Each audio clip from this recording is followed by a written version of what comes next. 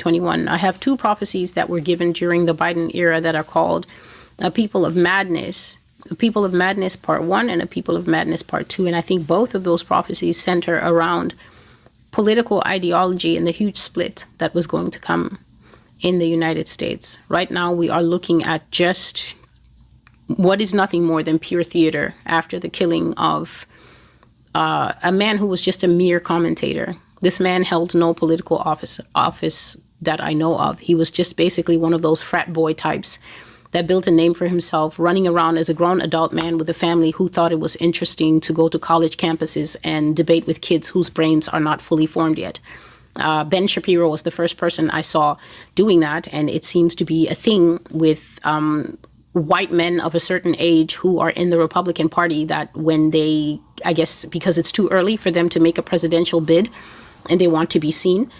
And I had no idea who this man was. I absolutely had no idea who this man was. And so I was very confused to see the frenzy, the fury, the rage, actually, that was poured out after his killing. He was killed. This man was shot. He was not assassinated. He's not Abraham Lincoln. He's not a political member of the government in any way. He holds no official status. He basically was just a guy that would have a very strong mindset and go around baiting people into debating with him. And so when I saw the death, I simply thought to myself, well, adding this person to the outcome, this fulfills one of my prophecies that is called America's Idols Will Fall.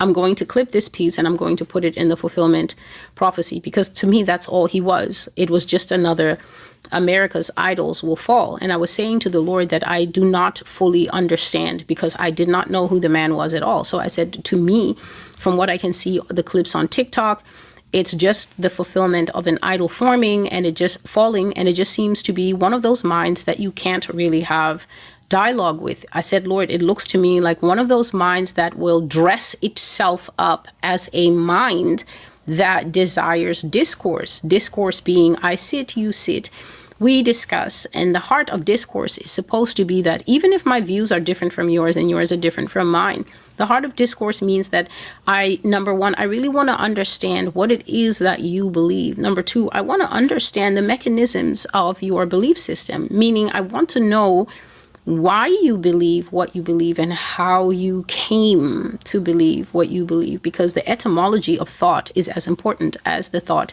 itself. If you meet a woman and the woman's brain cells constantly say outside all the time, oh, men are dogs, and that, of course, on the surface of it is her belief. But then if you find that that woman was methodically abused by grandfather, father, and brother, and then those wounds of abuse when she grew up, because that kind of abuse will automatically make you promiscuous, but also those wounds actually have a spiritual smell. They do smell. People don't know that. That spiritual trauma smells. And then as she grew up, the smell kept attracting abusive men. So it kept attracting men that even though they were dating her by her own free will, they were raping her in the relationship. You ask her out, she's dating you, and then you're raping her still, even though she's with you with the free will. Why? Because the wounds attract men who have demons that want to further reinforce the trauma. And so they will rape you when you're with them and would give them whatever it is that they want in an unrighteous relationship for free. Sexual intimacy. She's willing to give it to you for free, but then you keep taking it by force. Why? Because the wounds are attracting. And so when you see a woman like that who just hates men or has turned lesbian as a result of the trauma, you can't just, oh, that's that. No, that's not intelligence. Intelligence is, I see the thought. Okay, I see the thought. What is the etymology of the thought, the development of the thought? How did you get here? Discourse is the way that you get that. But I was speaking to the Lord and asking the Lord, because surely, Lord, a prophecy has fulfilled. It's not just to cut clips and put it up. What would you want to say on it, Father? Because from what I see, me not sitting in God's seat, I said, from what I see, this is a brain you can't talk to. I said, Lord, this is the kind of brain that sets a bar in the sand and then will defend it even up to callous speech and say, prove me wrong, prove me wrong. And the minute I said that, a light bulb went on my head and I said, God, I think I've seen this man before. I think this is the man that used to go around and put up a table and have a sign in front, and then the sign would just say, trans people are crazy. Prove me wrong. I said, I think I've seen this man a couple of years before, God, but I'm not sure if it's him. I went on the internet to check. And when I put in his name, Charlie Kirk, semicolon, prove me wrong, which is how you search for things. If you're looking for something, you just put in all the search terms, separating them by a semicolon. This is just to help those of you for your Bible study.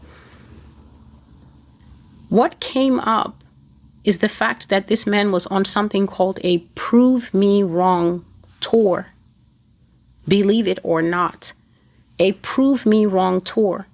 So he had built up that early thing from just sitting at the table with the bullhorn, offering people money if they could basically just come and pointlessly waste their life seconds arguing with him on viewpoints that he was never going to change. And I'm speaking to you as the church.